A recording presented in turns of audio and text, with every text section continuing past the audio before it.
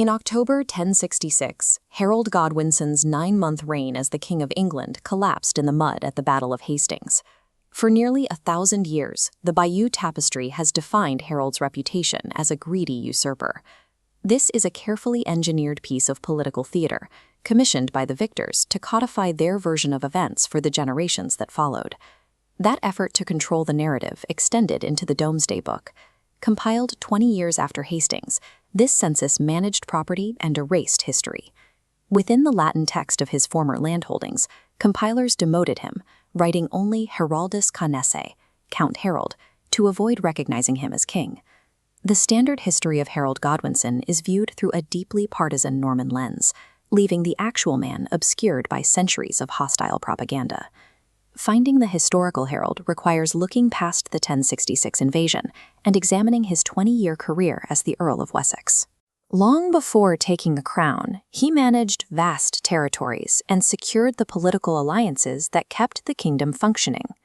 The true distribution of power is visible in the annual income records of the era. While King Edward the Confessor brought in about £2,500 a year, Harold's family, the House of Godwin, controlled a staggering £8,500. This wealth spread across estates in southern and eastern England, creating a base of resource dominance that dwarfed the crown. While Edward served as a pious figurehead, Harold operated as the de facto head of the state apparatus. That arrangement reached a breaking point in January 1066. Edward died without an heir, triggering a succession crisis that threatened to fracture the kingdom from within. Harold moved immediately to hold his coronation at the newly built Westminster Abbey. This rapid ascent was a calculated effort to stabilize the realm before foreign claimants could exploit the transition of power.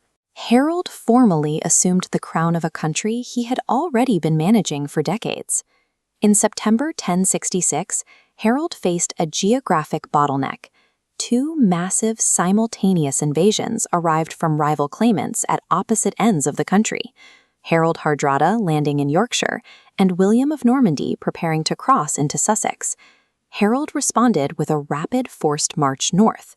He intercepted the King of Norway at Stamford Bridge and secured a total victory that ended the threat from the north. That victory carried a massive hidden cost. The English forces expended their resources at an unsustainable rate, specifically depleting their arrow supply with no time to recover. News of William's landing arrived just 3 days after the battle. Harold turned his men around and marched 250 miles south in just 12 days, a pace that pushed his soldiers to the absolute limit of their endurance.